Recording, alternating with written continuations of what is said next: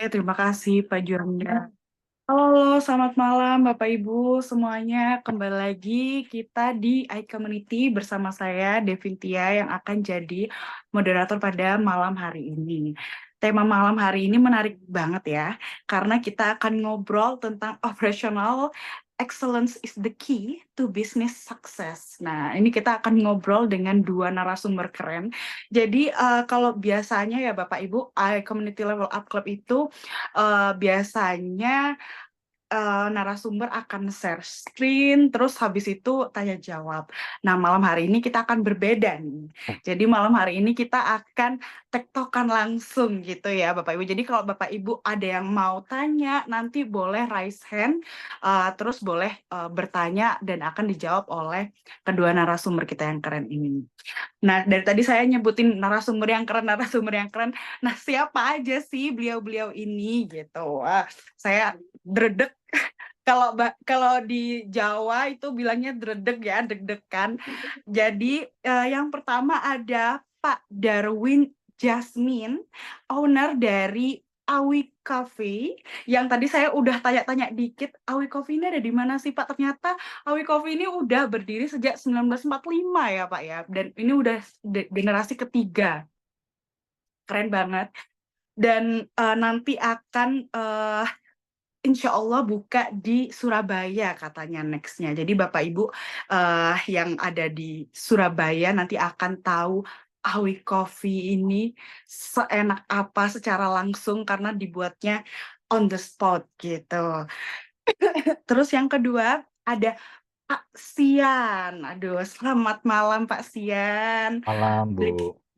Beliau adalah Direktur Trend Strategic Consulting yang akan memberikan wawasan mendalam tentang strategi membangun keunggulan operasional gitu ya Pak ya. Jadi ini pakarnya langsung ngobrolnya tentang gimana sih operational excellence itu tepatnya gitu ya. Oke, nggak perlu berlama-lama, kita langsung aja mungkin ya.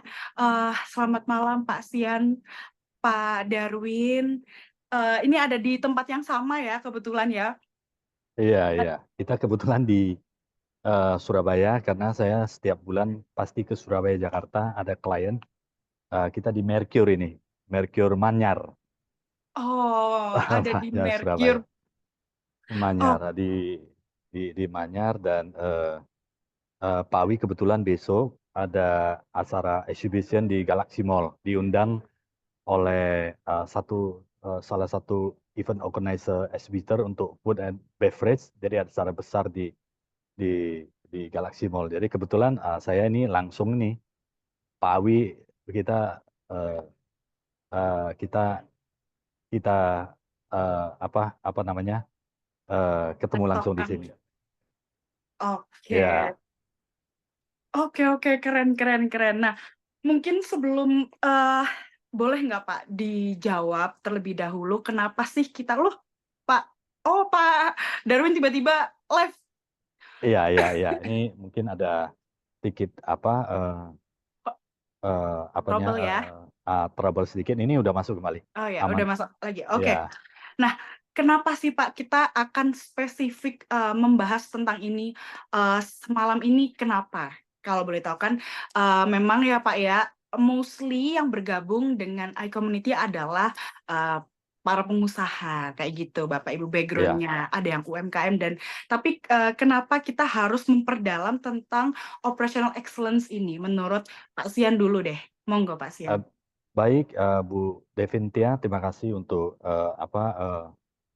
openingnya yang sangat luar biasa ya di iCommunity. Saya juga terima kasih kepada Pak Juanda Rovelin yang selalu aktif untuk mendukung iCommunity dan Bapak Ibu semuanya dimanapun kita berada ya, ada di Surabaya, Jakarta dan maupun yang di kota-kota besar di Indonesia.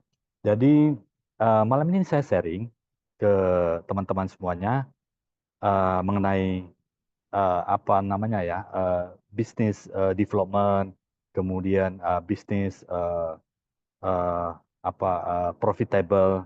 Nah, tentunya tidak terlepas daripada salah satu eh, aspek yang namanya operational excellence. Sebenarnya Saya banyak development bisnis ya di berbagai kota besar di Indonesia. Ada manufacturing, kemudian ada trading, importir, para eksportir importir, dan kemudian perusahaan-perusahaan jasa, ya perusahaan jasa maupun perusahaan seperti F&B ya. Kebetulan hari ini uh, kita undang juga bos ownernya langsung Awi Kopi, Pak Darwin Jasmine ya. Darwin Jasmine untuk dapat sharing kepada kita semua. Dan ada beberapa, kebetulan saya pernah, sampai sekarang juga saya hubungan baik dengan Pak Awi Kopi, Pak Darwin Jasmine, dan saya pernah support ke perusahaan beliau selama 1 tahun, bagaimana melakukan organization development, kemudian support ke beliau tentang bagaimana operational excellence, sampai kepada stabilisasi di produk dan quality, sehingga dapat mendapatkan kepercayaan tinggi daripada customer. Ya. Kenapa operation excellence ini penting? Karena pertama kita untuk memastikan produk dan quality yang diberikan kepada customer itu stabil. Bayangkan kalau suatu ketika produk yang kita berikan bagus dan kira-kira 2 minggu kemudian itu di luar ekspektasi dan ada kendala, misalnya quality, standard of quality, visual, aroma dan sebagainya itu di luar standar, maka akan menyebabkan customer menjadi tidak puas terhadap pelayanan dan produk. Operational excellence yang bermasalah akan berdampak kepada pelayanan customer. Marketing, sales dan marketing, khususnya sales department, tidak akan mencapai top performance apabila produk dan jasanya bermasalah. Produk dan jasa yang bagus itu dihasilkan oleh operational di dalam perusahaan yang excellent, artinya memiliki standar-standar yang tinggi, baik itu didukung oleh mesin, human capital yang berqualified. Demikian juga perusahaan-perusahaan digital yang mereka tidak menjual langsung produknya ke melalui toko ya, marketing strategi, marketing mix juga sekarang offline ya, kita bisa showroom, exhibition, kemudian ada toko ataupun ada kios maupun ada dimanapun kita bisa menjual produk langsung. Tapi secara digital kita bisa menjual produknya kepada customer. Di dalamnya perlu bisnis proses atau operational excellence yang bagus, seperti standar untuk respon kepada customer, production, tentunya berbagai tools yang dapat digunakan ya. Misalnya kita bisa lengkapi perusahaan kita dengan, kalau perusahaan kita masih belum, skalanya masih pengembangan, kita bisa tulis standar tertentu dengan SOP, standar operating procedure yang kita buat sendiri, instruksi kerja, tabel-tabel pengawasan. Setelah kita berkembang, bisa juga kita investasi mesin. Nanti Pak Awi akan cerita banyak ya, bagaimana operational excellence untuk mendukung marketing, sampai ada yang customer komplain langsung respon, nggak tanya lagi Pak Awi ini, langsung ditukar produknya untuk menjaga konsistensi produk. Nanti Pak Awi akan cerita juga bagaimana investasi di mesin teknologi tinggi untuk menjaga kualitas konsistensi yang diberikan kepada customer seluruh Indonesia. Bahkan sekarang Pak Awi sudah hadir di berbagai kota ya, mancanegara ya. Nanti teknikalnya Pak Awi akan menjelaskan. Nah, kebetulan saya beruntung memiliki kesempatan bisa bantu perusahaannya Pak Awi ya dengan konsep Star Business. Dan salah satunya adalah Operational Excellence. Toolsnya bisa macam-macam ya, ada PDCA, ada sistem. Kalau lebih maju lagi kita harus masuk sistem ISO dan kemudian quality assurance untuk menjaga produk proses kita. Kuncinya ada satu, menjaga konsistensi. Artinya semua tercatat dengan baik dan memberikan standarisasi yang tinggi kepada customer kita. Quality bagi saya bersama tim adalah sebuah hal mandatori. Jangan sekali-sekali kita misalnya customer tidak tahu, tapi kita mix dengan quality produk yang jelek, maka itu akan menjadi bumerang, dan suatu ketika customer mengetahui, itu akan menjadi sebuah catatan negatif bagi perusahaan, dan bisa-bisa customer kita akan pindah ke kompetitor. Ya, secara garis besar di sana. Nah, di sini nanti saya akan jelaskan secara lengkap pada saat seminar di tanggal 14 Desember di Jakarta, nanti di gedung Aya nanti saya bersama beberapa narsum akan bicara. Kebetulan saya fokus di Operational Excellence akan memberikan contoh-contoh dan beserta dengan foto-foto bagaimana Awi Coffee bisa berkembang sampai sekarang ini. Dan Pak Darwin Jasmine, Pak Awi Coffee juga adalah seorang yang jenius ya. Beliau lulusan master dari Singapura ini, ya, nggak tanggung-tanggung. Dapat beasiswa Singapura, dipanggil pulang oleh papanya untuk bantu di bisnis kopi yang sudah 3 generasi ini. Saya rasa demikian Bu Devin yang bisa saya sharing pentingnya operational excellence supaya kita bisa diterima secara konsisten oleh customer, baik itu perusahaan teknologi, baik itu perusahaan jasa, trading, manufacturing. Saya sudah implementasi untuk klien saya di beberapa kota di Indonesia, Medan, Jakarta, Surabaya dari proses manufacturing seperti corrugated, palm oil, kemudian mesin-mesin, jasa dan sebagainya. Operational excellence one of the key success karena akan membuat customer menjadi happy. Demikian yang bisa saya sharing.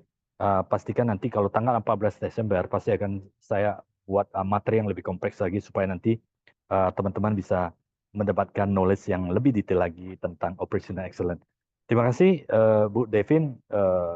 Saya kembali ke Bu Devin untuk apa selanjutnya, apakah bisa sharing dari Pak Wi atau mungkin kita tanya jawab. Silakan Bu Devin, terima kasih. Oke, wah penjelasannya Pak Sian sangat detail ya. Jadi kita bisa melihat bahwa bagaimana operasional itu adalah is the key atau is the core dari perusahaan itu. Jadi kalau misalnya kalau ibaratnya roda, kalau tiba-tiba ada yang kempes bannya juga nggak bisa, terus nggak sama geriginya juga nggak cocok, juga nggak bisa gerak kayak gitu. Jadi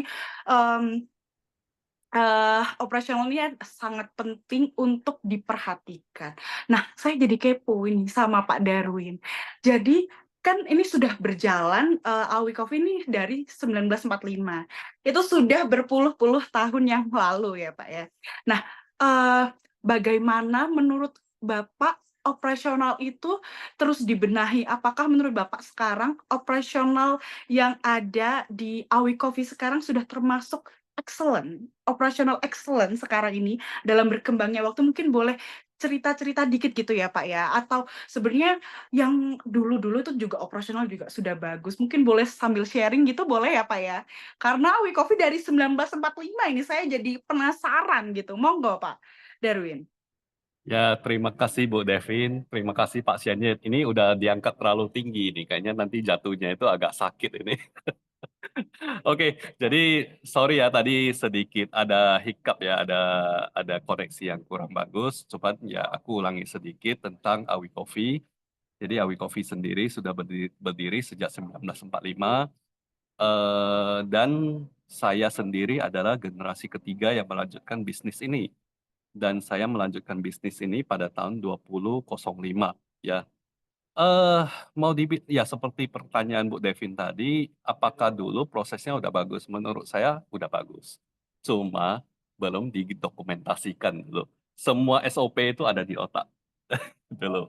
Ya, jadi semuanya ada di otak. Jadi ada di otak staff yang memang mahir tentang mesin ini, ada yang mahir tentang itu gitu loh. Semuanya ada di otak dia gitu loh. Jadi SOP-nya itu eh, tidak tertulis secara eh, baik.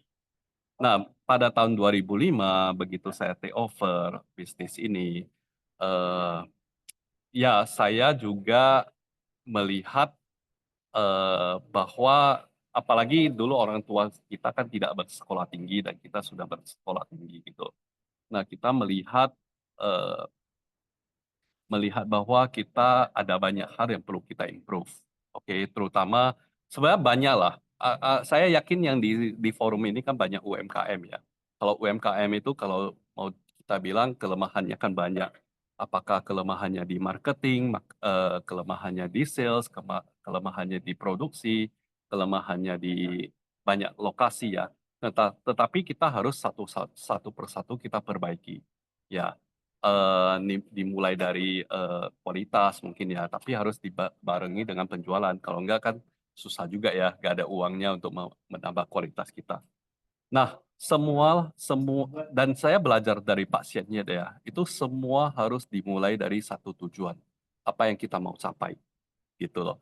Tujuan jangka panjangnya itu apa dulu gitu, apa yang kita mau. Mungkin kita melihat satu kompetitor kita yang sangat kuat, sangat jauh di atas kita. Kita melihat, wah hasil roastingan mereka itu udah sangat bagus. Kemasannya udah sangat bagus, udah bebas batu, udah mungkin udah warnanya seragam, semuanya kualitas kopinya sangat bagus. Nah, dengan melihat itu kita udah tahu apa yang kita mau capai. Nah, mungkin hari ini besok kita tidak bisa mencapai itu secara langsung, tetapi kita tahu tujuan kita itu ada di sana. Nah, in between step-nya itu, nah kita pelan-pelan kita perbaiki. Jadi pada tahun 2005 kita mulai dengan mesin roasting manual sederhana pakai tangan. Ya, dan itu kita pakai 7 tahun untuk merosting kopi. Apakah itu konsisten? Tidak. Ya, karena itu semuanya berdasarkan feeling. Dan kita mengetahui kelemahan kita. Dan kalau kita mau memperbaiki pada saat itu mungkin tidak bisa. Jadi kita harus memang harus save money dulu lah ya untuk membeli mesin yang berikut. Nah, target kita itu sebenarnya mesin terbaik di dunia yaitu Probat. Tapi kita karena harganya mahal, kita tidak bisa langsung ke step itu. Kita harus ada in between step-nya gitu. Jadi pada tahun 2012 kita membeli mesin yang kedua, yaitu mesin buatan lokal 5 kilo. Nah dari sana ya udah konsisten belum. Tapi ya dari human kita mulai perbaiki, kita mulai menambahkan beberapa elemen seperti pengukur temperatur dan lain-lain gitu loh, timer itu yang sebelumnya kita nggak ada. Nah dan kita masih merasakan beberapa kelemahan. Memang kita udah memperbaiki beberapa kelemahan, tetapi masih ada beberapa kelemahan. Nah, pada tahun 2015 kita mulai one step yang baru, yaitu kita menggunakan mesin terbaik di dunia, yaitu Probat. Nah, di sana kita juga melakukan pencatatan karena kita tahu bahwa segala sesuatu yang tidak bisa diukur itu tidak bisa diimprove. Jadi kita harus mengukur itu, membuat SOP. Nah, awalnya itu ya semuanya kita kerjakan, tetapi hari ini kita mulai mengandalkan tim kita untuk melakukan roasting dan lain-lain. Dan sekarang kita memiliki 2 mesin Probat dan 1 mesin lagi dalam perjalanan ke Medan. Nah, tentu kalau kita berbicara kualitas ada 2 hal yang harus kita jaga. Satu, tools-nya, alatnya itu. Alatnya itu ya kalau tools yang terbaik dengan orang yang memahami yang terbaik, yang bisa menjalankan SOP, akan menghasilkan sesuatu yang sangat baik kemudian, gitu loh. Jadi, mungkin itu sedikit, kita berbicara satu elemen aja, yaitu produksinya di bagian produksi, bahwa kita harus mulai memikirkan tujuan akhir kita itu apa dulu. Apakah sekarang saya sudah berada di sana? Belum, karena masih banyak PR automation yang harus kami lakukan ya. Jadi impian saya itu ya, itu dari start produksi bahan mentah sampai bahan baku keluar, itu udah tidak ada campur tangan manusia. Ada campur tangan manusia tetapi itu di tempat lain gitu loh. Nah, saya kemarin sempat ke Vietnam, kita melihat proses automation yang mereka lakukan. Itu mereka bisa melakukan processing 70 ton per hari. Dan operatornya itu cuma 3 orang. Jadi kita melihat itu menjadi satu target akhir yang harus kita capai suatu hari. Apakah bisa langsung? Saya rasa tidak bisa. Apakah 3 tahun kemudian bisa? Belum tentu. Tetapi kita harus menuju ke sana. Kira-kira seperti itu gambaran tentang operation kita hari ini. Wah, oke. Silakan Bu Devin. Wah, oke. Jadi bener ya Pak ya, kalau zaman dulu itu mungkin kalau orang tua zaman dulu membuat SOP itu pasti harus gini, tapi tidak ada pakemnya, tidak ada tertulisnya. Jadi kadang kalau diimplementasikan ke tempat lain itu juga belum tentu sesuai dan sama. Nah, jadi sampai Pak Arjo nih tanya nih Pak, gimana tips jadi menjaga konsistensi rasa dan kualitas di semua cabang akhirnya? Akhirnya sampai sekarang tingkat konsistensinya dari cabang yang di Medan, Jakarta itu sudah hampir sama apa gimana Pak? Karena kadang kan kita tahu ya mungkin kayak oh ternyata yang di Malang rasanya lebih enak daripada yang di Surabaya. Kadang tuh bilangnya gitu. Padahal mereknya sama, ya kan Pak? Termasuk kandungan gizi, konsistensinya, layanan segala macam semuanya gitu. Terima kasih, pertanyaannya sangat bagus. Ya, sejauh ini kita tempat produksi kita masih di satu lokasi, yaitu di Medan gitu ya, di Binjai sebenarnya, di Binjai. Jadi memang kita berencana juga akan buka roastery di Jakarta. Nah, untuk menjaga ini semuanya tentu harus dibantu dengan alat ukur ya, alat ukur warna, pencatatan. Paling baik itu adalah automation. Automation. Jadi memang target kita itu bisa automation, paling tidak partial automation dulu. Jadi selangkah yang sangat mungkin di bagian dari bahan mentah sampai ke bagian color sorting itu ada satu sistem yang terhubung. Nah, selebihnya itu mungkin packaging yang tidak terlalu mempengaruhi kualitas itu bisa dilakukan oleh human gitu loh. Nah, target kita ke sana sebelum kita betul-betul duplikasi ke daerah lain. Karena tanpa automation, human error itu pasti banyak. Itu menurut saya. Ya, kalau udah tanya saya, udah mencapai sana belum? Sejauh ini kan kita masih tempat produksinya masih satu lokasi sih. Yang mudah-mudahan sih bisa ya duplikasi ke tempat lain ya. Nanti setelah duplikasi pasti kan bertemu problem.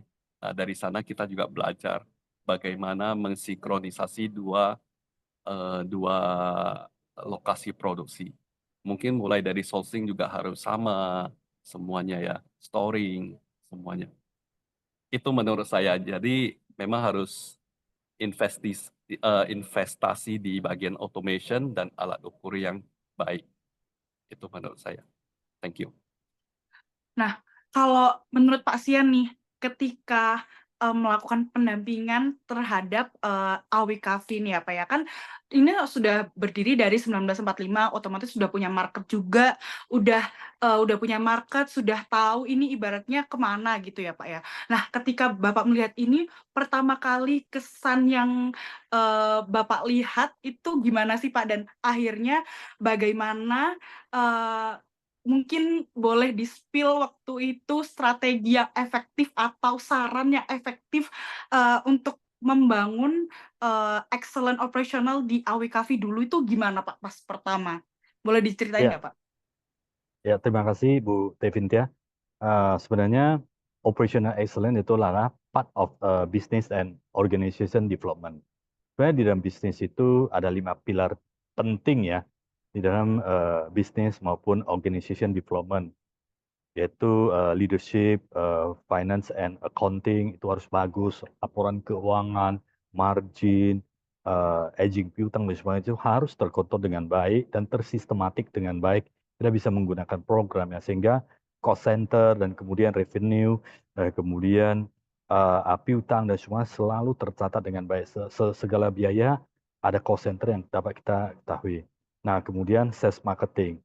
Kalau marketing Pak Awi lakukan sangat konsisten ya, di mana TikTok, Facebook, Instagram, YouTube dilakukan secara konsisten dan secara berkala sampai sekarang. Dan kemudian yang penting adalah kita bahas di malam hari ini adalah operational excellence. Sebenarnya ada satu lagi adalah di human capitalnya. Kita harus berkembang semuanya. Nah, di operational excellence, langkah pertama, segala sesuatu yang dapat diimprove adalah segala sesuatu yang dapat diukur. Misalnya ada angka-angka, ada standar-standar. Pada saat saya melihat fasilitas production dengan pengalaman Pak Awi yang begitu luar biasa, tentunya kopi merupakan sebuah sebuah menjadi kebiasaan, dan kemudian melihat kopi adalah sesuatu yang sangat biasa. Bahkan kelebihan Pak Awi pada saat itu adalah dengan mencium aroma kopi dan kemudian testing cupping di dalam konsep kopi kita ada namanya cupping kopi. Kita bisa merasakan kadar ini sebenarnya Arabica atau Robusta, ada mixing antara Robusta dan Arabica. Dengan pengalaman seperti itu, ini adalah hal yang sangat menarik sekali dan kemudian aplikasinya ke lingkungan bisnis pada saat itu juga Pak Wi menjelaskan sangat baik sekali ya dan saya berfungsi untuk mensupport, untuk merapikan dan memberikan advice supaya bisa konsistensi itu dapat tercapai dengan baik.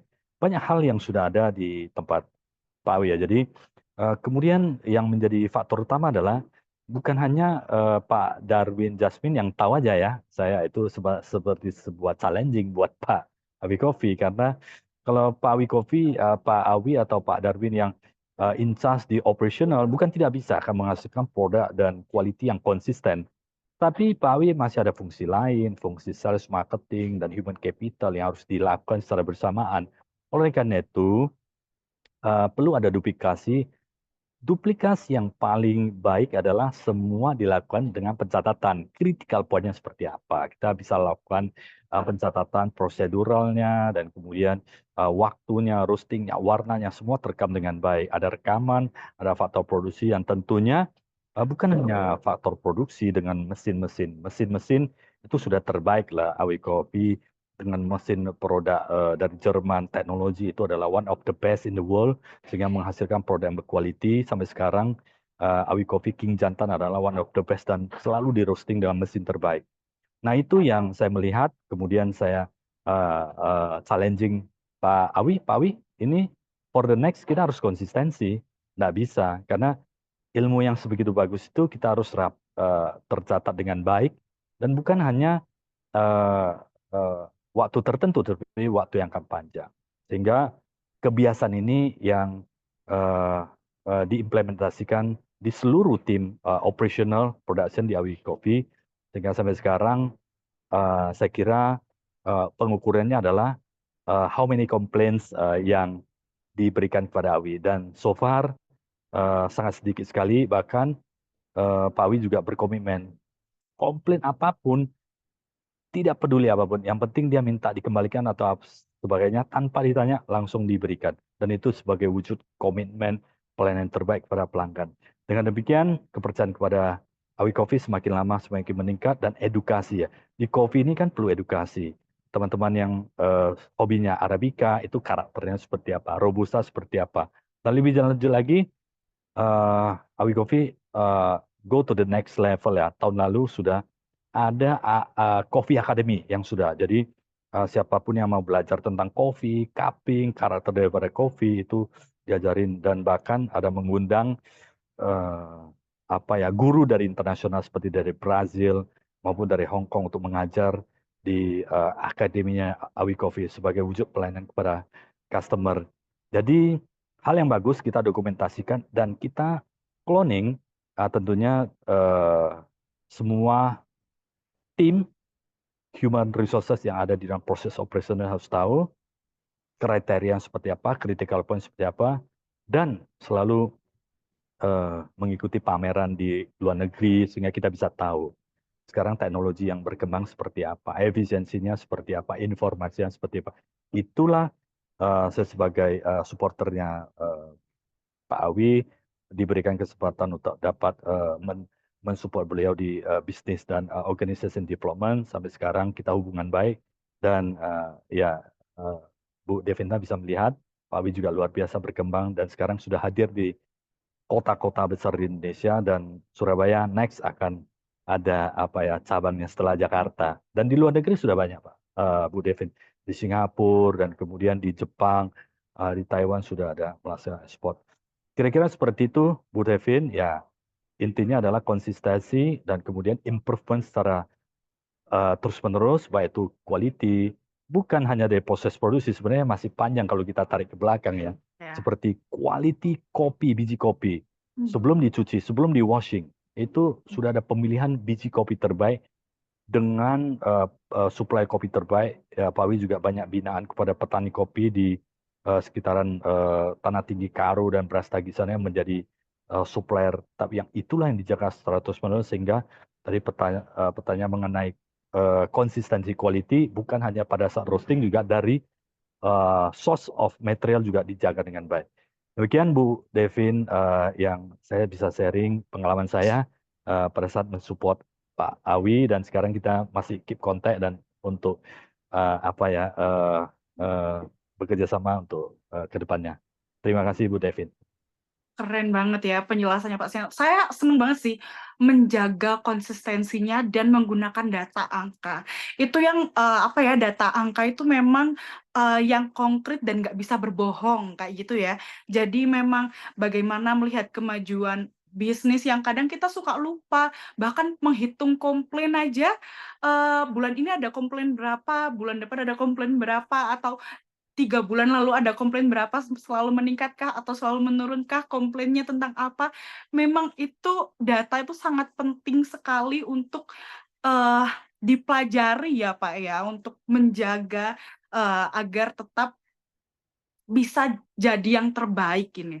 Keren banget Pak Sian penjelasannya. Apalagi tadi nggak cuman sebagai coffee shop atau tempat ngopi aja, tapi juga sebagai ada coffee academy. Wow, sangat menarik, sangat menarik.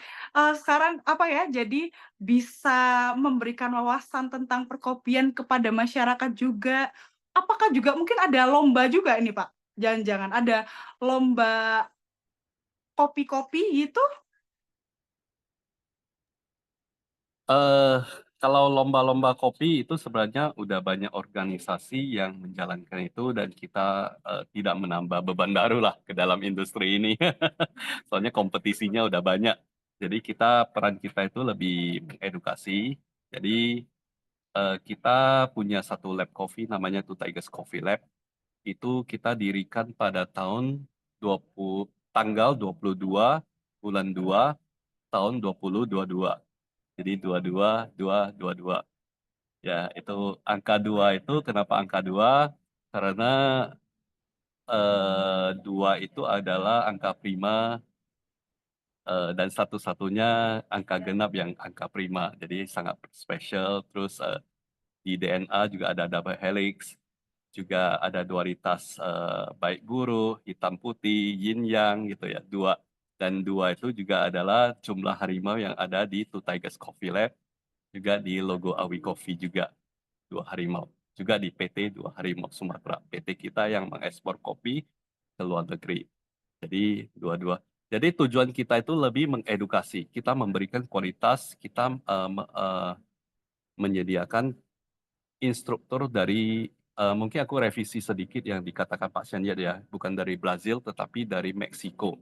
Jadi ini adalah seorang yang sangat senior di kopi, namanya Manuel Diaz. Itu sangat disegani di kopi ya, di lokal maupun internasional. Dan kita juga ada instruktur dari Hong Kong, dan nanti ada instruktur dari Singapura. Dan kita mengajarkan standar yang berdasarkan standar internasional, walaupun sertifikatnya lokal maupun yang memang yang sertifikat yang bersifat lokal ataupun yang bersifat internasional. Jadi tujuan kita itu adalah semakin banyak orang paham kopi, semakin mereka bisa menyeduh kopi yang bagus, otomatis penjualan mereka itu bisa naik, dan otomatis penjualan saya juga bisa naik. Kira-kira seperti itu. Keren banget. Wah, jadi biar tahu juga gimana sih kopi yang enak, kopi yang memang bagus itu seperti apa. Keren banget, mulia banget ya. Oke, Bu Feni udah bertanya ini Bapak. Jadi bagaimana strategi dalam dunia perkopian di mana banyak gempuran bisnis kopi-kopi yang menjamur dan produk-produk Cina seperti Mixue, Tomorrow dan lain-lain. Ada teori hype di mana bisnis kopi hanya 5 tahun dan harus cepat deploy di mana-mana. Iya sih, kalau inget dulu itu kayak Tomorrow itu buka satu terus buka di mana-mana, terus kita akhirnya kepo kayak kok jadi penasaran nih Tomorrow gimana gitu. Nah, mungkin ini bisa dijawab sama Pak Awi dan Pak Sian ya. Mungkin dari Pak Sian bisa, apakah memang itu juga salah satu strategi yang tepat. Tapi buktinya Awi Coffee sampai sekarang juga ada nya sendiri dan bahkan mau buka cabang. Jadi gimana nih Pak? Boleh dijawab Pak Sian, Pak Darwin? Siapa dulu nih? Oke, saya sharing sedikit nanti Pak Awi bisa tambah ya. Nah, karakter bisnis Awi Coffee dengan Tomorrow Coffee, kemudian seperti Mixshare dan Chain untuk bisa kafe-kafe itu berbeda. Pak Awi adalah supply bahan bakunya. Nah, supply bahan baku, bahkan Pak Awi banyak supply ke kafe-kafe yang top di Jakarta. Coffee-coffee top di Jakarta, di Senayan, di daerah selatan itu beberapa itu ambil dengan Pak Awi. Nah, itulah fokus adalah memberikan support kepada kafe-kafe yang berkualiti maupun kafe-kafe yang ingin meningkatkan kualitas kopi mereka. Nah, dan kemudian untuk mensupport ke arah market tersebut bukan hanya produk dan quality yang diproduksi secara high standar dengan teknologi yang mutakhir, dengan pencatatan, dengan quality assurance yang sangat bagus, yang terkontrol melalui human resources atau sumber daya manusia yang dilakukan secara kontinu. Tetapi di sini juga ada edukasi market. Misalnya, kenapa Awi Coffee ada Coffee Academy supaya bisa memberikan knowledge tentang kopi, bahkan sampai mendatangkan guru-guru yang terbaik di dunia untuk mengajarin. Tujuannya supaya apa? Supaya para pebisnis kopi ini bisa memahami kopi dan kemudian ya belinya kopinya dari Awi Coffee ya, seperti itu dengan edukasi. Bukan hanya kopi, Awi Coffee juga menyediakan alat-alat seperti mesin mesin pembuat kopi dan kemudian cangkir dan sebagainya.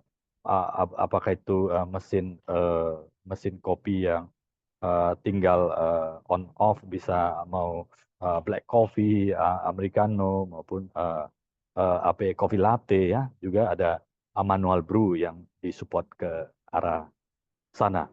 Jadi berbeda model bisnisnya. Kalau yang Tomorrow itu mereka memang untuk teman-teman yang ingin menikmati kopi bisa dine in di sana, bisa beli minum, menikmati kopi maupun take away. Kalau Pak Awi Coffee ini adalah lebih kepada supply bahan baku kopi, baik itu dalam bentuk biji kopi maupun yang sudah digerinding ya, sudah dihaluskan ya, tinggal seduh aja. Kalau yang masih mesin kopi ya masih biji kopi ya. Nah inilah yang termasuk ada B2B yang dilakukan Awi Coffee untuk para kafe-kafe sehingga support ke mereka, akhirnya bisnis mereka tumbuh, mereka beli biji kopinya dari Awi Coffee dan kita bisa growing atau tumbuh bersama. Dan kemudian retail juga melalui online ya. Kemudian Awi Coffee dengan produksi ada packaging yang kemasan 250 gram dan itu dapat dibeli di berbagai toko online di seluruh Indonesia maupun kalau di Jakarta, di Muara Karang, di Medan, di Mojopahit dan beberapa modern market juga ada list atau store produknya Awi Coffee. Itu sedikit karakter berbeda, tapi value for customer itu yang ditujukan dengan keunggulan operational excellence yang ada pada Awi Coffee. Dari saya melihat seperti itu, mungkin ada tambahan dari Pak Awi. Terima kasih, sedikit yang mau saya tambahkan ya. Jadi itu di pepatah ada satu pepatah yang sangat bagus ya, satu wisdom ya. Katanya hanya karena perjalanannya jauh kita akan mengenal kekuatan seekor kuda. Jadi kuda yang berlari cepat di awal itu belum tentu bisa menyelesaikan perlombaan. Sedangkan kuda yang berlari lambat itu belum tentu tidak menang. Intinya, di dalam bisnis ini kadang-kadang kita sering melihat orang yang begitu awal start, larinya itu begitu kencang sekali gitu loh. Ya, cabangnya udah di mana-mana gitu loh. Apakah itu artinya mereka akan memenangkan perlombaan? Belum tentu. Ya, karena kita juga melihat banyak yang ternyata sudah gagal gitu loh. Nah, yang kedua, kuda yang berlari lambat gitu loh. Waduh, lambat gitu loh. Hampir frustasi gitu loh. Tapi lambat dia jalan, bukan frustasi lah, lambat. Baru terakhir mengencang stabil di akhir gitu. Nah, belum tentu mereka itu tidak menyelesaikan perlombaan. Jadi kalau saya melihat kondisi saya dulu, saya juga tidak memulai dengan cepat gitu loh. Bahkan kita memakai mesin manual, roastingan 1 kilo, manual itu kita pakai 7 tahun. Ya, dan baru kita mengganti mesin yang 5 kilo. Baru kemudian membeli mesin perobat pada tahun 2015 dan pada 2019 membeli perobat yang kedua. Penjualan juga lambat di awal, tetapi seiring waktu begitu kita udah mulai stabil, sehat, dan kita udah mulai ekspansi ke kota besar, itu kita mulai melihat ada pertumbuhan penjualan. Nah, satu lagi ya yang mungkin kita harus highlight ya. Kebanyakan perusahaan-perusahaan yang besar ini adalah mereka selalu masuk dengan cara memberikan harga yang sangat murah gitu loh, cocoran, bakar duit gitu loh. Nah, kalau kita sebagai UMKM dengan modal sendiri tanpa menggunakan bank mungkin ya, apakah kita bisa meniru seperti itu? Jawabannya tentu sangat susah, bahkan tidak bisa. Nah, jadi kita harus ada pembeda. Ya, kita nggak bisa bermain di kekuatan lawan. Jadi kita harus bermain di kekuatan kita sendiri gitu loh. Kita harus bangun reputasi kita sendiri. Seiring ya awal-awal mungkin reputasinya sedikit gitu ya. Wah, kita mendapatkan Product Quality Award, terus ditambah lagi, oh Bu Susi dari Awi Coffee menerima Australian Awards. Terus kita mendapat lagi top brand selama 3 tahun berturut-turut. Ya kita udah diundang oleh perusahaan Jepang untuk ya pada tahun 2018 kita udah diundang oleh ITPC Osaka untuk mengadakan pameran kopi di Jepang. 2019 juga. Terus 2023 di Taiwan gitu loh. Terus ada kunjungan duta besar dari Australia ke Awi Coffee di Medan gitu. Nah, itu pelan-pelan reputasi yang kita bangun gitu loh. Terus oke, kita juga kemasan kita semakin lama semakin bagus gitu loh. Itu juga satu bentuk reputasi.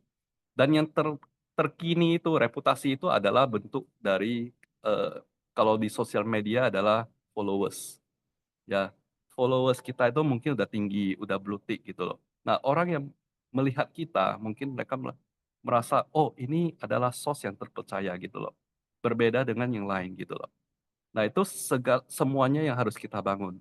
Termasuk juga penjualan-penjualan rating di marketplace gitu loh. Jumlah terjualnya ada 10.000 mungkin ya. Ratingnya 4,9 dari 10.000 penjualan gitu. Ya, jadi orang juga ketika mau membeli dari kita, mereka merasa yakin gitu loh. Nah, reputasi-reputasi ini yang harus kita bangun. Karena tanpa reputasi, yang menjadi pembeda itu satu-satunya adalah harga. Ya, jadi kalau kita berjualan tanpa reputasi ya, yang membedakan kita dari kompetitor kita itu cuma harga, bukan yang lain gitu loh. Jadi itu kalau UMKM coba bangun reputasi, jangan berkompetisi di harga dengan orang yang bisa bakar duit. Kira-kira itu saran dari saya. Terima kasih. Oke, itu ya sarannya. Ini mungkin boleh dilanjut ya Pak ya dengan pertanyaannya Bu Silvi. Soalnya cukup kompleks nih. Pak, dalam operational excellence harus seimbang dengan faktor sumber daya manusia. Bagaimana strategi pengelolaan SDM Bapak dalam hal terutama pembagian tugas dan pelayanan? Dan apabila jika ada yang absen, apakah ada backup nih? Lalu yang kita semua tahu bahwa biaya SDM itu semakin hari semakin tinggi. Kemudian juga dalam hal produksi dan resep. Bagaimana strategi SDM pengolahan bahan baku tersentralisasi dan tertutup. Jadi kemudian distribusi ke cabang itu seperti apa? Ini menarik juga ya Pak, karena ini dari Medan, berarti kan otomatis ke Medan, ke Jakarta, gitu juga kan Pak ya. Dan nanti ke Surabaya. Nah, jadi distribusi ke cabang itu seperti apa? dan bagaimana cara menjaga rahasia resep perusahaan nih. Pertanyaan cukup kompleks nih dari Bu Silvi ini. Mungkin dari Pak Sian juga boleh memberikan saran. Terima kasih Bu Devin. Nanti Pak Wi bisa secara praktikalnya bisa support ke yang sudah dilakukan ya. Nah, pertama untuk mencapai operational excellence memang tidak terlepas daripada sumber daya manusia yang berkualiti ya. SDM yang berkualiti tidak serta-merta diperoleh misalnya besok kita melakukan rekrutmen dan kemudian seminggu kemudian well done dan well preparation, well semuanya berjalan dengan baik ya, doing mereka punya task dan itu tidak semudah yang kita bayangkan. Investasi, uang tidak bisa mendapatkan pendanaan dari investor, venture capital dan sebagainya maupun perbankan. Kemudian mesin kita bisa beli, tapi human capital adalah sesuatu yang memang harus didukung, dididik, direkrut dengan baik. Di dalam HR, saya ada konsep yang sederhana mungkin ya, simple untuk dapat dicerna ya. Yang pertama adalah selection and recruitment. Posisinya adalah kita harus hire ya, dan kemudian place the right man on the right place ya. Kita harus tempatkan orang yang terbaik. Ya mulailah kita kalau menuju ke perusahaan profesional itu hire bukan karena koneksi, hire people bukan karena family, ada hubungan kerabat yang dekat. Tapi kita meng-hire sumber daya manusia yang ingin dimasukkan ke dalam perusahaan adalah pertama hire for karakter dan yang kedua adalah hire for competence. Karakter mereka harus bagus dan tentunya bukan hanya karakter yang bagus, kompetensi mereka melalui apa? Akademisi mereka juga memiliki track record akademisi yang bagus, setidaknya tidak terlalu jelek di bidang akademis sehingga untuk proses belajar bisa lebih tinggi. Preparation awal harus kita lakukan seperti itu ya, seleksi dan rekrutmen. Dan kemudian setelah seleksi dan rekrutmen, kita nggak bisa lepaskan tim kita langsung kita kerjakan. Banyak di antara kita sepertinya ada yang kurang sabar. Saya sudah katakan sekali kok masih belum mengerti. Bahkan mereka dimarahin dan sebagainya. Padahal untuk mendidik seseorang menjadi konsisten dan memiliki karakter dan kompetensi yang bagus itu harus dilakukan secara berulang-ulang. Minimal kita bisa mencontoh perusahaan-perusahaan yang sudah well established ya. Mereka melakukan training, ada yang kenapa probation itu 3 bulan, ya mereka harus diberikan kesempatan untuk belajar sampai mereka ingat, permanen, dan kemudian subconscious mind mereka dapat melaksanakan tugasnya dengan rapi, teratur. Nah inilah yang membentuk kebiasaan itu yang harus dilakukan secara berulang.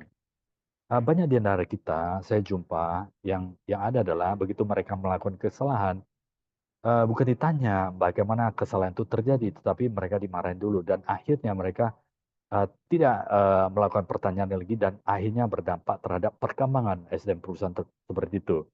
Nah kemudian setelah dilakukan training and development, kita harus melakukan assessment, menilai apakah mereka konsisten, kualitinya bagus.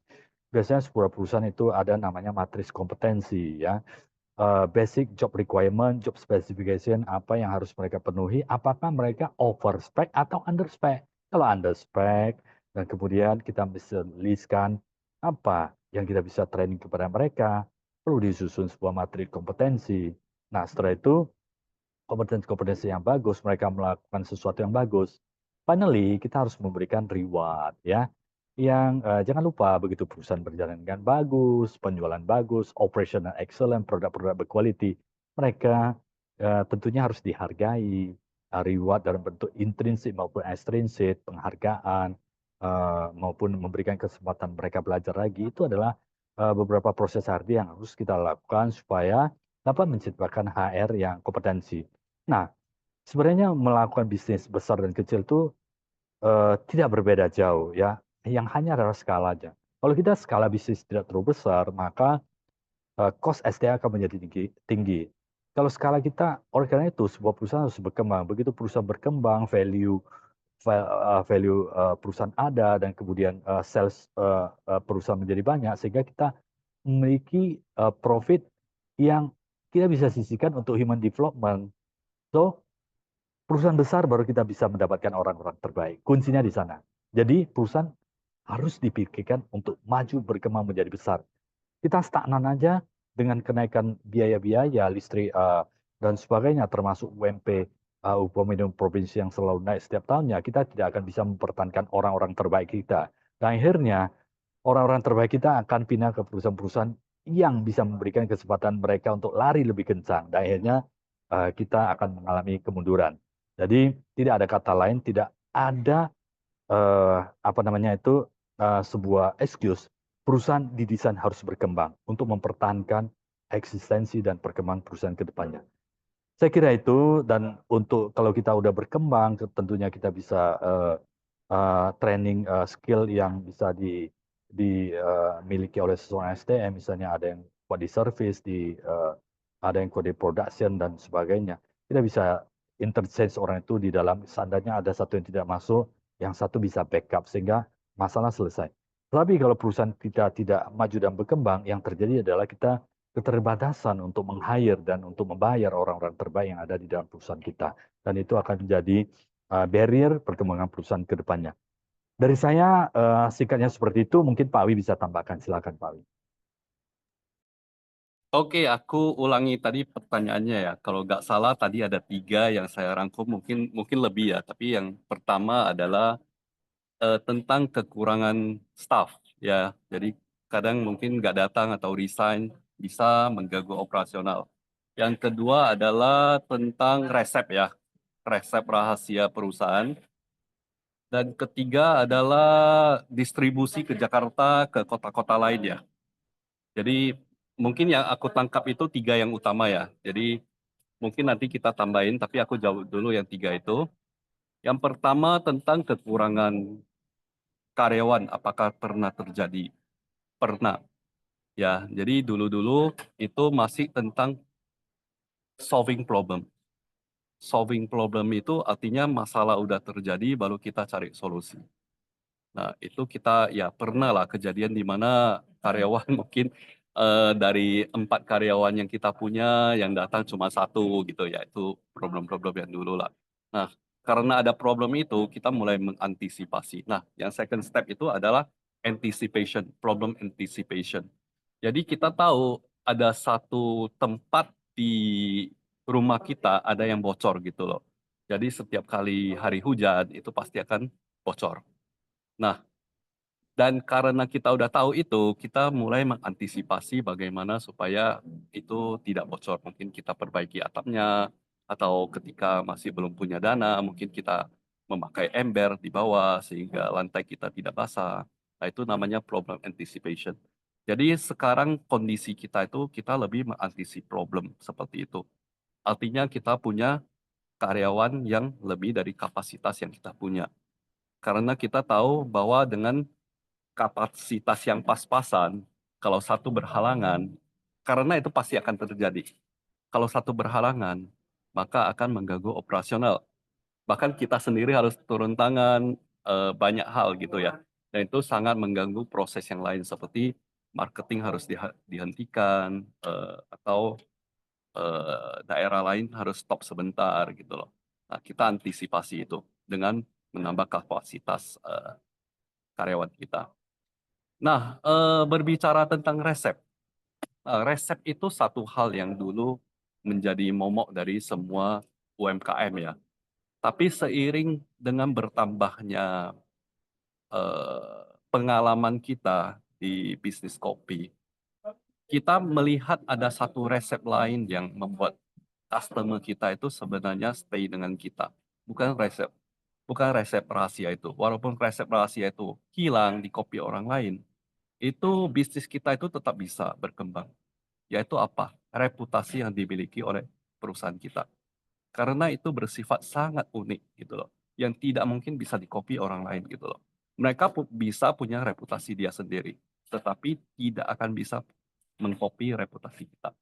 Jadi kita harus terus membangun reputasi kita, jangan berhenti gitu loh. Mencari sesuatu yang baru, prestasi kita apalagi, ya jangan stop ya. Karena begitu kita jalan di tempat, orang yang paling lambat pun akan menyusul kita.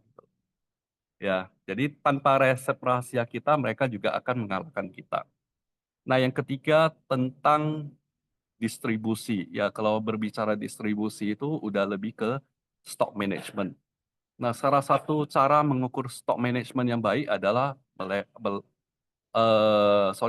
menggunakan penjualan. Jadi kalau stok kita di Jakarta, kita selalu ukur stok kita harus punya stok paling tidak 3 bulan.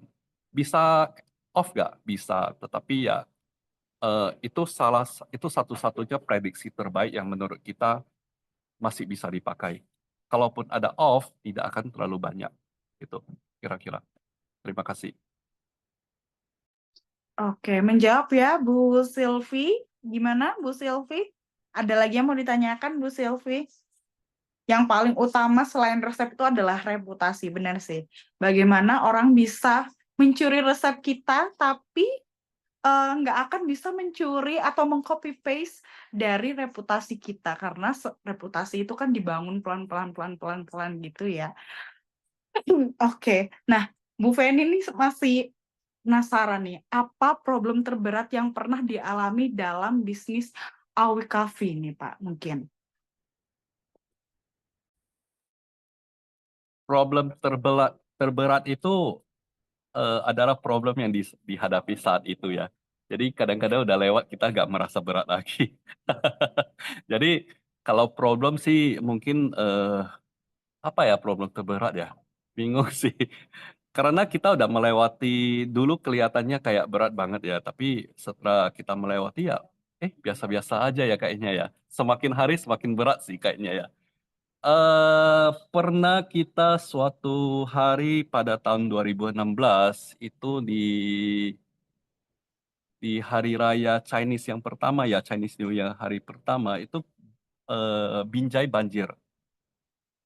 Dan mesin roasting kita itu kita masih sangat bergantung pada mesin roasting kita.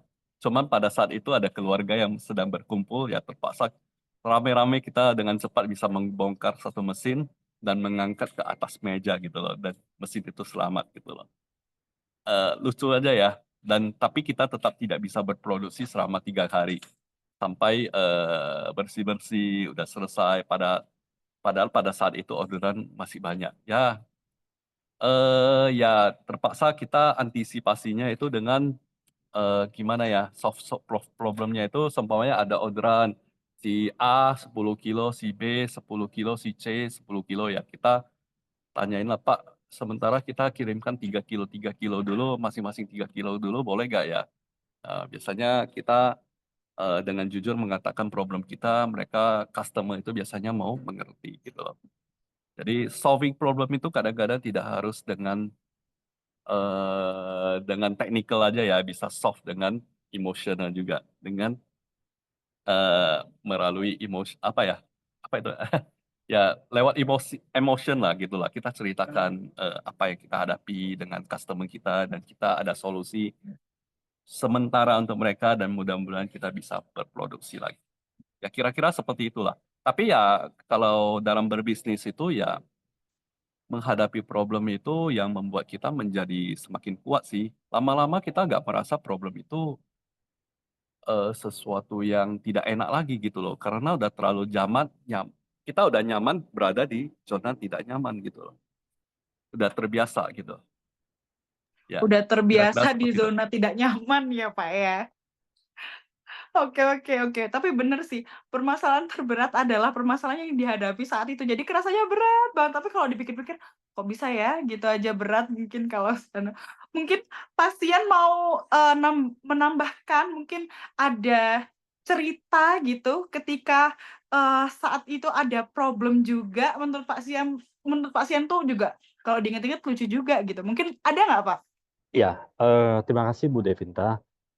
Kebetulan di perusahaan Awi Coffee ini yang kita hadapi untuk dampak yang begitu besar itu tidak ada karena penguasaan produk, konsistensi quality. Karena kan sudah pengalaman di sejak 1945 ya, dari teknologi dan kemudian pemahaman tentang ilmu kopinya, karakter kopi dan kemudian proses produksinya sudah dikuasai, tinggal dirapikan. Nah, saya ada satu pengalaman di sebuah perusahaan manufacturing ya, sebuah manufacturing besar Ya, asetnya kira-kira ya manufacturing skala menengah lah, mungkin proses sama processing-nya kira-kira 100 sampai 200 miliar kapasitas nilai manufacturing yang tersebut. Nah, jadi karena di dalam mengelola proses produksi di sebuah perusahaan yang tidak stabil, kemudian dengan quality assurance yang tidak terjadi dengan baik, yang terjadi adalah barang-barang yang dikirim kepada customer di-reject sebagian. Karena customer kan kecewa ya, barang yang kita kirim itu kemudian terjadi produk cacat tidak sesuai dengan standar yang diinginkan sehingga di-reject. Rejectnya bukan sedikit, ada yang per kontainer, ada yang berapa puluh kontainer dikembalikan. Bayangkan Ibu, dengan kontainer nilai bukan hanya yang kita harapkan pengiriman produk kepada customer itu adalah setelah dikirim, diterima, maka akan menjadi piutang bagi perusahaan, 1 bulan kemudian kita akan tagih. Ini sudah diretur, tidak bisa ditagih, dan kita harus selesaikan, dan barang yang diretur itu menjadi barang rusak, akan menjadi biaya bagi perusahaan. Ini bayangkan, sudah jatuh ketimpangan tangga lagi. Oleh karena itu, perlu operational excellence. Menghadapi masalah tersebut, langkah pertama adalah kita harus pastikan dari incoming material sampai kepada processing produksi, during processing sampai kepada finished good atau output barang produksi yang kita hasilkan. Pada saat itu kita pastikan ada quality assurance yang bagus. Dari incoming material, processing, checklist critical point kita lakukan dengan sesama memastikan quality, orang-orang yang kita tempatkan untuk mengawal proses produksi juga di-training dengan baik. Kalau jumpa produk cacat seperti ini harus dikeluarkan dan mesin harus di-adjust ulang kecepatan maupun temperatur dan sebagainya. Oleh karena itu dengan demikian after 3 bulan masalah selesai. Kalau di manufacturing, di processing produksi operasional, menyelesaikan masalah itu bukan 1-2 hari, Bu. Karena bisa sampai menjadi operational excellent, sampai tim kita di bagian operation bisa menjalankan dengan baik, itu harus diciptakan sebuah kebiasaan yang baik, quality assurance yang baik. Quality assurance itu membawahi quality control di beberapa titik poin yang baik.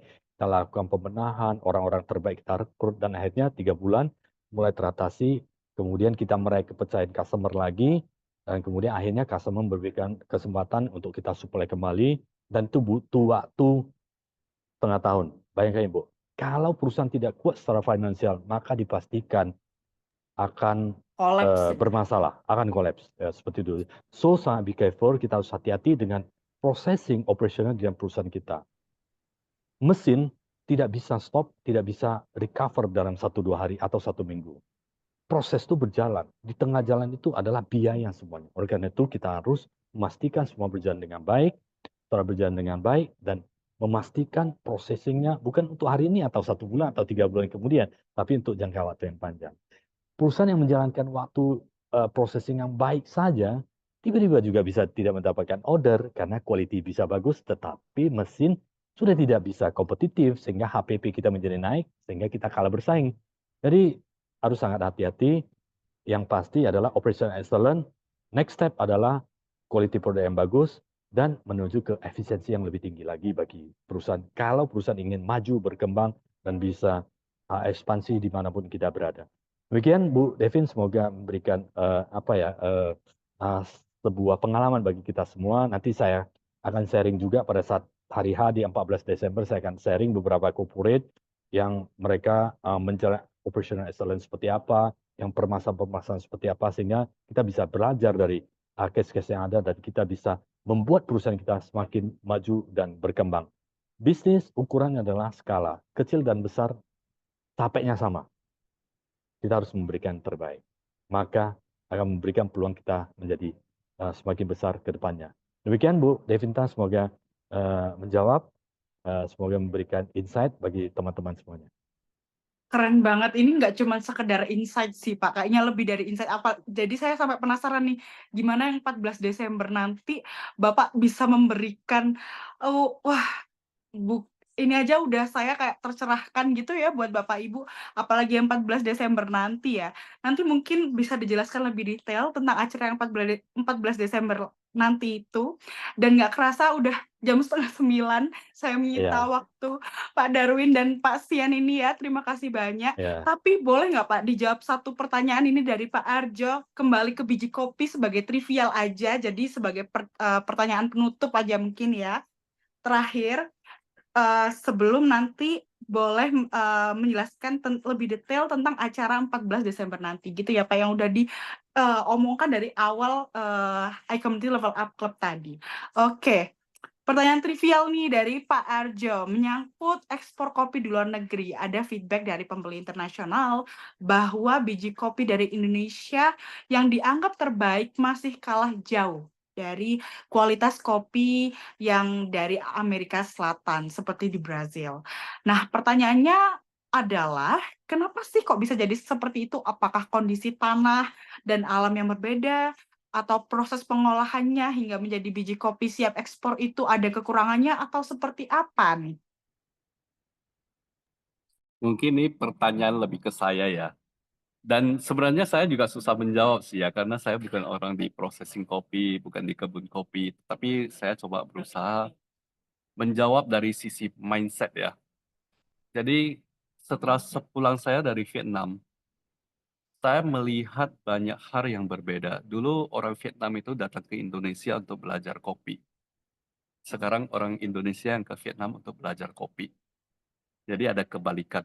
Dan ketika saya melihat apa yang terjadi di Vietnam, itu luar biasa, automation, satu fasilitas processing, kapasitas 70 ton per hari, itu cuma di operatornya itu cuma 3 orang. Terus yang paling kecil, tempat processing paling kecil aja udah automation. Dan mereka meningkatkan produksi itu dengan sangat cepat. Kita berbicara tentang quantity dulu ya. Nah, di Vietnam itu punya tujuan yang sangat jelas di apa yang mau mereka capai, yaitu pertama dari sisi kuantitas.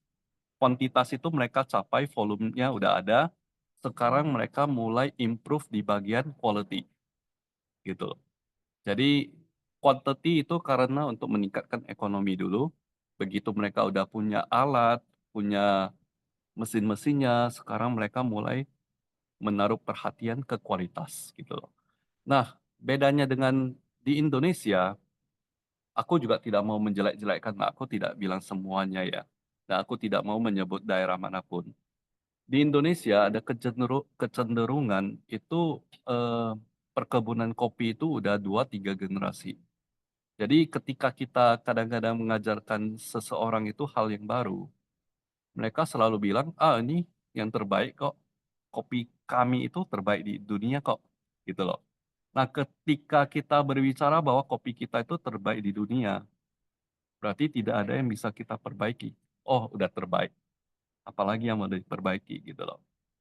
Nah, itu selalu ibaratnya seperti eh, ketika kami ke Vietnam kemarin dengan beberapa tim kami, bukan tim saya aja lah ya, beberapa pegiat bisnis kopi juga ke sana. Kita merasa kita itu katak yang baru keluar dari tempurung gitu, melihat dunia baru gitu. Oh, ternyata ada makhluk yang lebih besar dari kami gitu loh. Jadi di sanalah kalau kita mau ubah ya harus dimulai dari mindset dulu sih. Ya, jadi bukan tentang tanahnya karena tanah Indonesia lebih subur daripada Vietnam. eh dan Indonesia juga terkenal dengan tanah yang sangat subur gitu ya. Menurut saya sih yang perlu diperbaiki itu mindsetnya dulu. Jadi begitu kita ada, jadi orang kan berbicara, kalau perbaiki mindset aja emangnya hasilnya bisa berbeda. Nah, different mindset leads to different action. Mindset yang berbeda itu eh, bisa menghasilkan tindakan yang berbeda. Dan tindakan yang berbeda itu akan menghasilkan hasil yang berbeda. Kira-kira seperti itu. Mindset dulu. Itu. Wah, oke. Kita dapat banyak kunci penting ya. Semoga menjawab ya Pak Arjo ya. Semoga puas dengan penjawabannya Pak Darwin. Oke. Nah, Berarti bukan karena biaya ya Pak ya, kayak misalkan pengolahan bijinya itu mungkin harus pakai mesin tertentu yang mungkin harganya mahal, bukan karena faktor itu juga Pak? eh ya salah satunya juga lah, salah satunya juga. Cuma untuk mendapatkan mesin itu ya tentu harus punya mindset, punya tujuan jangka panjangnya apa. Seperti Vietnam itu mereka ya awalnya ya bukan tentang kualitas, tetapi kuantitas gitu loh. Tetapi hasil yang mereka dapat itu sangat banyak profitnya itu dilemparin kembali ke bisnis, kembali ke inovasi gitu loh.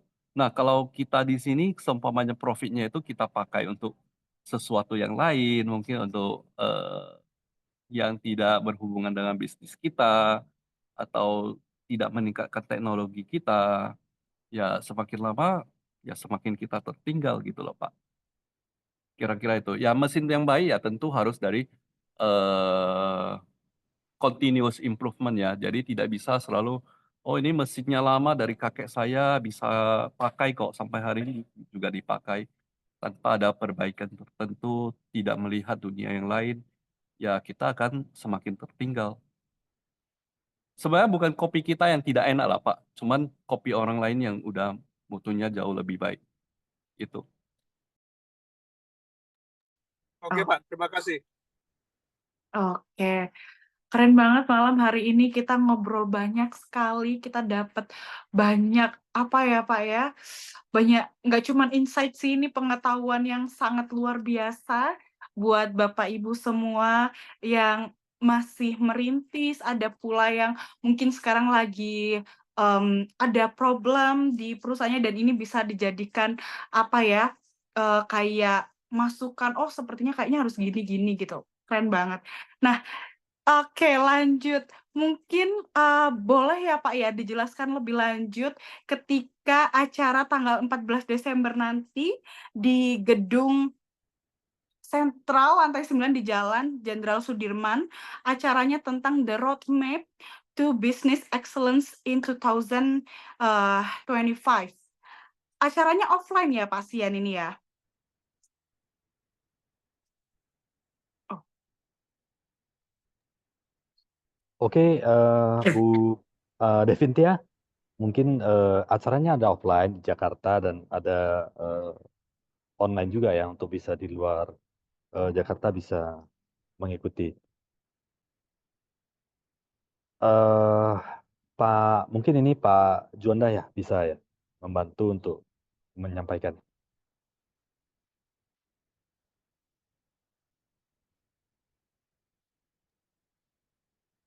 oke.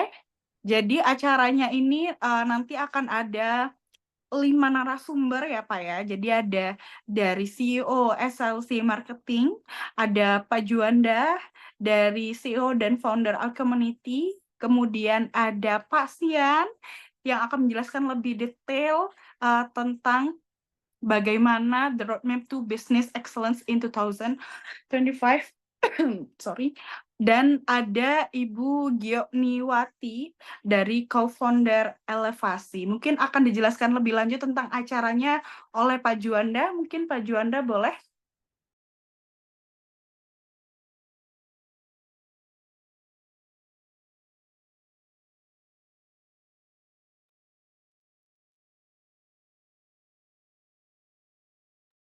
Oke, kayaknya masih ada problem nih Pak, kayaknya. Ini berbayar apa gimana nih Pak? Berbayar, ya berbayar nanti link registrasi silakan nanti akan bisa Bu Devintia bisa share ke grup iCommunity ya.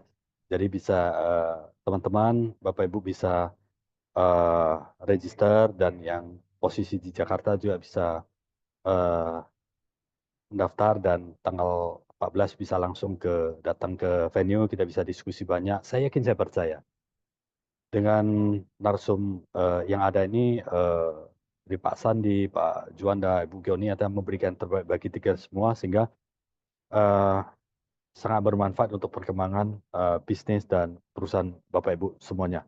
Valuable untuk semuanya. Saya yakin, saya percaya ini yang sangat bermanfaat. Bagi Bapak Ibu yang ingin mendaftar, silakan mendaftar. Bisa langsung ke Bu Devintia ya. Ya, nanti bisa share ke linknya. Dan sampai jumpa di tanggal 14 Desember. Dan pastikan perusahaan Anda atau plan bisnis Anda berkembang dengan baik dan pesat di masa yang akan datang. Terima kasih. Terima kasih Bu Devintia. Masih kalau sudah tidak ada lagi, saya izin Bu Devintia. Oke, sudah cukup jelas, Pak. Jadi nanti Bapak Ibu kalau mau yang join lebih lanjut, saya berikan nomor CP yang bisa dihubungin di kolom komentar ya, Bapak Ibu ya. Oke, terima kasih banyak Pak Darwin, Pak Sian atas materinya malam hari ini sangat keren. Semoga kita bisa bertemu secara offline nanti ya, Pak ya. Oke, sebelum itu boleh kita foto bersama ya, Pak ya. Jadi kita ada foto bersama sebelum menutup nih, Pak. Oke, mungkin Bapak Ibu boleh dibantu menyalakan. Oke, ini ternyata Pak Juanda baru join nih. Oke, kita Jangan foto lupa bersama. daftar buat tanggal 14 Desember. Jangan lupa daftar. Oke, kita foto bareng ya. 3, 2, 1. Oke, makasih banyak Bapak Ibu semuanya yang sudah hadir. Semoga nggak bosan-bosan untuk tetap selalu setia di iCommunity Level Up Club setiap hari Kamis 19.30. Jadwalnya ada di Instagram iCommunity Official. Terima kasih banyak Pak Darwin, Pak Sian atas Makasih. materi luar biasanya malam hari ini. Jangan Pak lupa Darwin, Pak Sian, ketemu Pak di Juanda. 14 Desember. Selamat malam Bapak Ibu. Oke, terima kasih Bapak Ibu semuanya. Thank you ya, sampai ketemu Terima 14 kasih, Desember. Pak. Thank you. Terima Thank kasih you Pak semua. Juanda. Thank you. Oke. Boleh live ya Bapak Ibu ya. Thank you semua. Thank you. Ini punya sistem kan.